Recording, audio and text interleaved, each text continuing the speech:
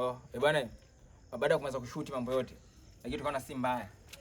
Bro Jemilo, yani aongee chochote kitu kabla hatuja play nyimbo yake. Unaweza kuongea chochote kitu kwa my brother. Kitu cha kwanza mimi naitwa Jemilo tena, au sio? Na tunawashukuru sana mashabiki zetu wote ambao mnatufuatilia kwenye harakati zetu za sanaa na mnaonyesha support kubwa sana. Watu mna follow, mna like, mna comment, unaona? Kwa sababu zile pale zinakuwa zinatusaidia hata sisi kupata nguvu ya kuleta tena vitu vingine vipya. Yes. Sawa? Bwana, kwanza kuna kazi ambayo suni tutaenda kuiachia hapo, unaona? Bwana, watu wa kusupport nyinyi mashabiki. Kama alivyosema my brother, unapofollow, unapocomment mtu anapata nguvu ya kutoka sehemu moja kwenda sehemu nyingine. Sasa kama mabosi wetu, tuna kitu hiki hapa kutoka kwa Jemilo. Kisikilizeni, yes sir. Pita naye. Sikia hapo.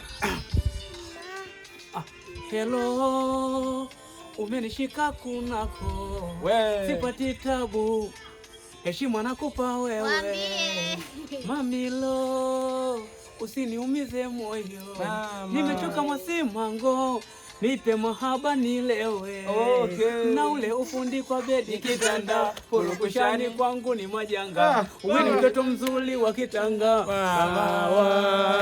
Umenifanya nimeachana na madanga. Nibembeleze kama mtoto mchanga. Wewe ni roge nenda kwa mganga. Sema nini? Uwezo kumaliza chote. Tukimaliza chote tunamaliza hondo wote. Bwana, jamaa anajua. Kwa ani sehemu aliyotaja yani ikabeba kitu mademu akitanga. Wanakuwekea hadi ukwaju. Wewe jamaa anajua. Sema nini bwana? Jemilo. Ya Jemilo tena. Haya bwana.